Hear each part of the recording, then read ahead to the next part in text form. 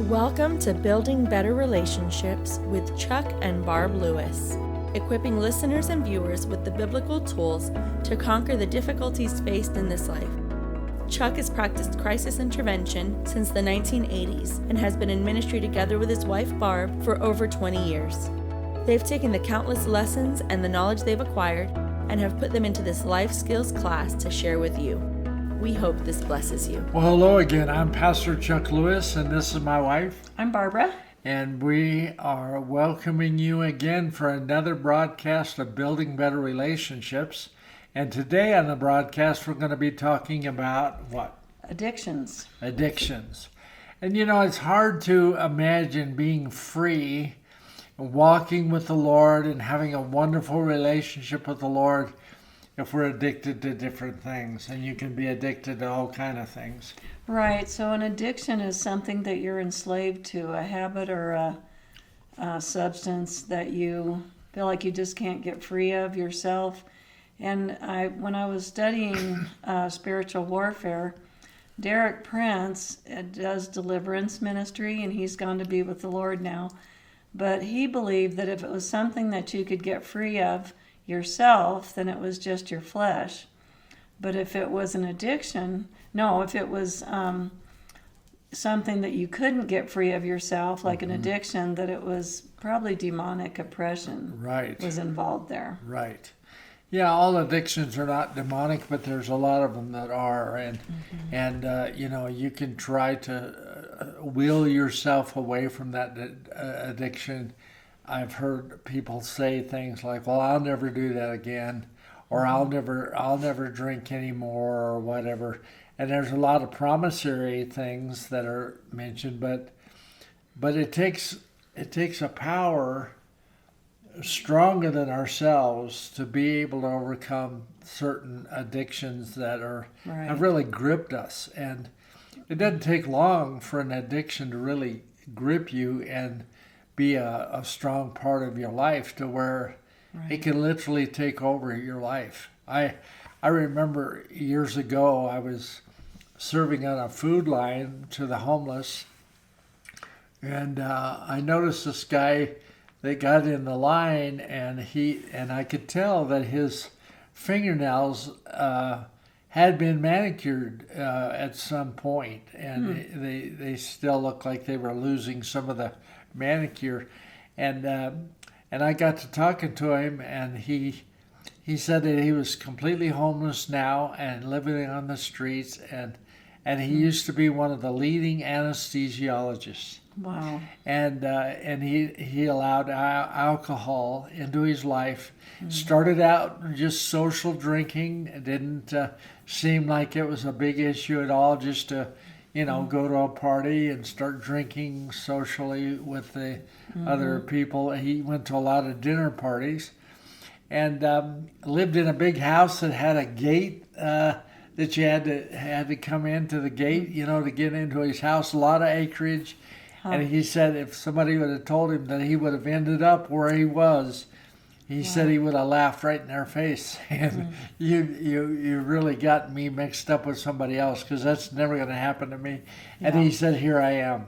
And alcohol destroyed my life. Yeah. And he never thought it would happen. He never thought that it had the power, to do that in his life, but it did. And I've heard that about gambling too, that there was a guy that never wanted to gamble. His family was always trying to talk him into going gambling with them to the casino, and he would always say no. Finally, he let them talk him into it one day, and he got addicted from day one. From the very first time that he gambled, he became addicted. Yeah. And, I also knew some people that had their own business for 30 years. Their house was paid off. They were doing just fine. But they started going up to the casinos up in the foothills here in Colorado, and they became addicted. And they lost their house. They lost their business. And their kids had to take control of their money, because as soon as they would get it, they would spend it all gambling. And so it's, some people have a tendency toward addiction and others don't. Some people can drink and never become addicted, and the Bible, says, not to become drunk with wine. It doesn't say you can never drink it, but it says, Ephesians 5:18 says, don't get drunk on wine, which leads to wild living. Instead, be filled with the Holy Spirit. Yes. But, like I said, some people have that tendency to become addicted and some don't. I personally, experienced addiction to food. And in my younger years, I drank, and I really could not social drink. I would just take one sip after another until I was completely drunk and would either throw up or pass out. And so for me, once I took that first drink, I would just continue drinking. I wouldn't nurse a drink all night. So I definitely had that tendency. I eventually was able to quit drinking, but I actually experienced 2 blackouts where I drank so much that I didn't even know what I did the next day. Wow. And that was really scary, and it was embarrassing, and I felt really terrible when I heard some of the things that I did and said to people. Right. And it's so strange that you can be up, right, looking fully conscious and like you know exactly what you're doing, but then have absolutely no recollection the next day of what you did. Boy. And for me, I just transferred that to food. Yes. And sugar, became my drug of choice, quote unquote, that I would use to medicate my feelings and things. And that's kind of one thing we want to talk about, what causes addiction and what are some reasons for it and what can you do about it. But I just want to name some other things that you can be addicted to. It could be prescription medication, and you experienced that after your spinal cord injury. Myself. Would like for you to talk about that in a minute. Yeah. But pornography, gambling, anger, hoarding, perfectionism, drugs, alcohol. There's, other things that you could become addicted to. But why don't you talk about your experience of after you had your car accident and what happened with you? Well, I was experiencing a lot of pain physically, and then they, put me on some strong medication to help the pain. But I also was going through a lot of emotional pain at that same time. And I found those drugs were really, really numbing out a lot of the physical pain, but the emotional pain as well. So I began to start taking more than I should, and I got to a point where I literally became addicted to pain medication. And it was so subtle that, again, I was one of those that if somebody would have told me you're going to be addicted to medication, I would have laughed and said, no way in the world is that going to happen. But it did. It did. And I really had to deal with that, and I had to go through therapy to get released from that. And then it was really connected in my case to a low self-esteem as well, because I was numbing out the physical pain, but I was also numbing out the emotional pain, and feeling bad about myself was part of the emotional pain, and I needed more medication to numb out, and boy, it just one thing led to the other, and pretty soon I was taking a lot more medication than I should have taken. So it can happen to anybody. Here I was in full-time ministry and dealing with that too, and I was very ashamed. There was a lot of shaming going on in myself, and I was afraid to even talk to people about it because I thought, man, they're going to judge me big time. Here you are in the ministry and you're addicted to pain medication. Wow, where's your faith and all this stuff? And I began to really make a bigger deal out of what they would say than what they would probably would have said in all reality. Maybe, I don't know, they could have said what I imagined. I'm not sure, but I needed help, so I got counseling and went through therapy for that. And one of the things that therapy really helped me do is to rebuild my self-esteem and to realize where my worth and my value was. Because when I began to work on that and feel better about myself and really get my value through the Lord, then I didn't need the medication anymore. Or it could have been drugs, could have been alcohol, could have been pornography, could have been anything. Just to numb out, what was going on inside. So if you're really identifying with what we're talking about today, we just want to encourage you that there's hope. It's not that you're going to be addicted the rest of your life and you're never going to do anything with your life and you're never going to amount to anything. Well, the devil wants you to feel like a loser. He wants you to feel like you're going to be addicted forever and there's no hope for you. But that's not the truth. If the Lord can set Barb free of her addictions and me free of my addictions, the Lord can set you free of any addiction you might have.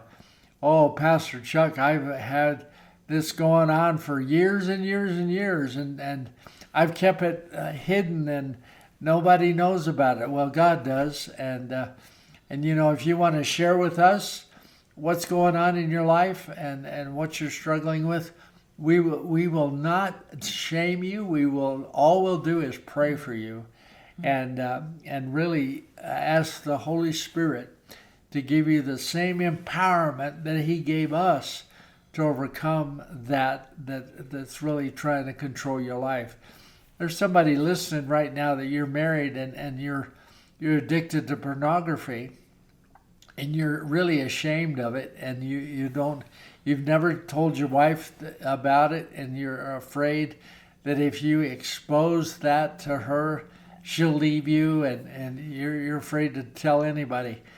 Well, I'm not saying to broadcast it to anybody, but you definitely need somebody to talk to that's going to hold what you're saying in confidence. And there's Christian counselors out there that will do just that. And it's unethical for them to share what they have shared with you in a confidential setting. So I would really encourage you to take the risk to share your heart with somebody. If it's somebody that doesn't know you, doesn't know your family, that's okay.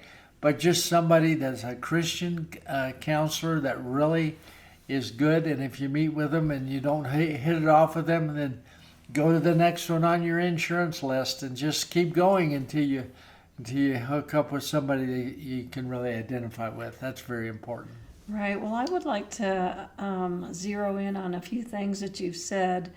And one of them was shame over what you were doing. Yes. Kept you from asking for help. It was huge. And shame is a big part of addiction. Mm-hmm. And also that we do not heal in isolation, that it's things have power over us when they're hidden in darkness, and Satan has power over it when it's hidden in darkness.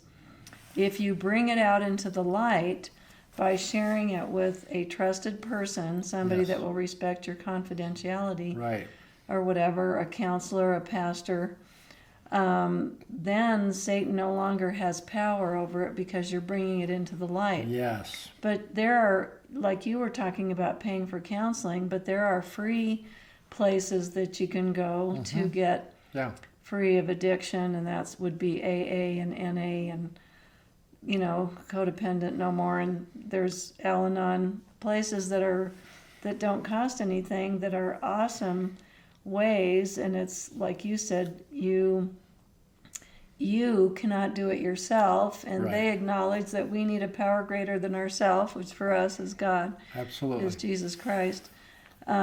Gives you the power, because if we could do it in our own power, we would have done it a long time ago. Well, that's really true, and you've had a lot of good experiences with people and yourself that have gone to Al-Anon and different places like that for support. Right. Celebrate Recovery, and different things like that. They Yeah. don't cost anything, but it's this, the 12-step program that we all need.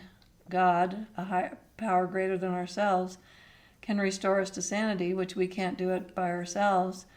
But anyway, I just would highly recommend that. But so here's one thing, though, that I want to talk about that helped me and that I think was a big positive part of causing addiction, was me not having a voice or being able to talk about Right. how I felt about anything. I was afraid to.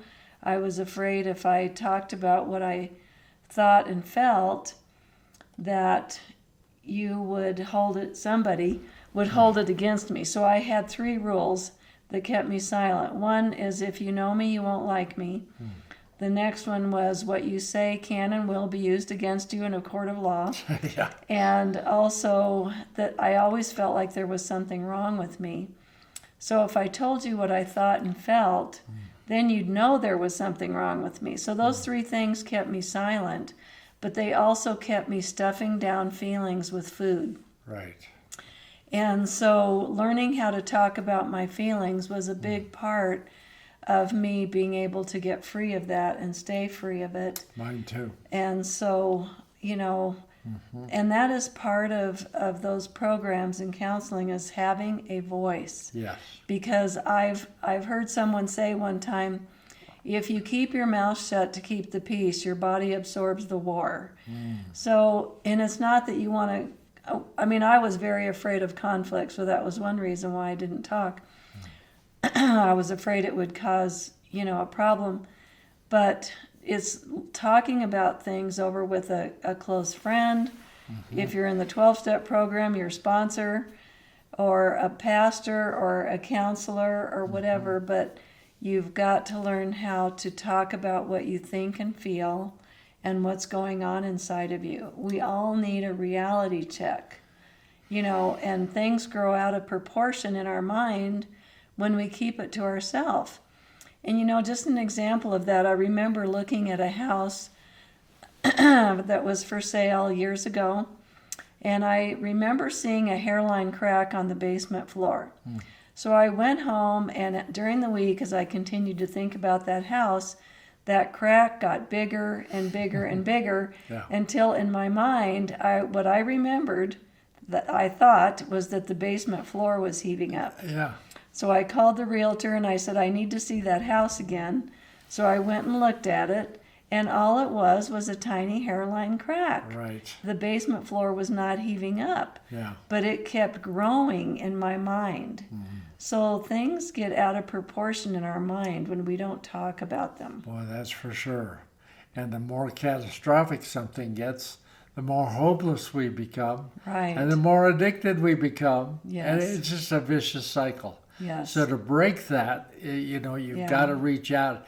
I wanted to say, too, that you can attend those Al-Anon meetings or AA meetings online, too, right? Yes.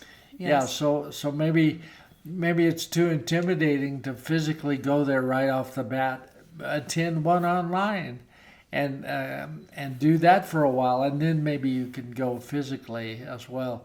But reaching out and exposing this to somebody is really a key factor to have you be set free. Somebody said one time, we're only as sick as our secrets. And you can act like you're just fine. You can maybe go to church and worship the Lord and just act like you're just everything's hunky-dory and wonderful. But inside, you know what the truth is, and you know what's really going on. But the thing is, Jesus knows also. That's right. We never hide anything from Jesus. He knows everything that happens in us. We might think that we're sinning secretly, but you're not sinning secretly at all. It's going to be all exposed to the Lord no matter when you sin. But He loves you and wants to set you free from any addiction that you could be experiencing today, so that you can be the godly man or woman that God's called you to be. Because we talked about shame a little bit ago, And I know that the enemy just loves shame and loves to put shame on you and make you feel like you'll never be used of God. You've gone too far. You've done too many things wrong. Maybe he's even said to you that you committed the unpardonable sin. But all you have to do is reach out to Jesus. The Bible said, whosoever will call upon the name of the Lord shall be saved. Yes. So as long as there's breath in your body, there's hope. And there's even hope after if you don't have breath. But if you're breathing, you can cry out to Jesus. You can ask the Lord to release you from this addiction and set you free. Yes. Well, I know our time is gone again today, and let Barb say one more thing. Because you brought up Al-Anon, I feel like I need to say Al-Anon is not associated with any sect or religion or anything, but it is a spiritual program. Yes. But it's not associated with any other kind of program. AA and NA are for the person that is addicted. Al-Anon is for people, family and friends of the person that's addicted. Right. But anyway, I personally think it's a great program, but I just want to know it's not a Christian program or associated with any church or religion, but it is spiritual. You do need a power greater than yourself. And there is a program called Celebrate Recovery that is a Christian. Celebrate Recovery is a 12-step program that is Christian, yes. Yeah. So reach out. Encourage you to reach out today. We thank you for watching our broadcast, and we encourage you to hit the like, subscribe, and share button. That helps us on our program. If you want to donate to our ministry, you can get on our website and hit the tab that says Donate, and we really appreciate that. God bless you today. We will look forward to seeing you again next time. If you are blessed by this ministry, please subscribe, like, and share. You can also make donations at chucklewisministries.com. Join us to keep uncovering the tools to build better relationships together. Let's do this again next week.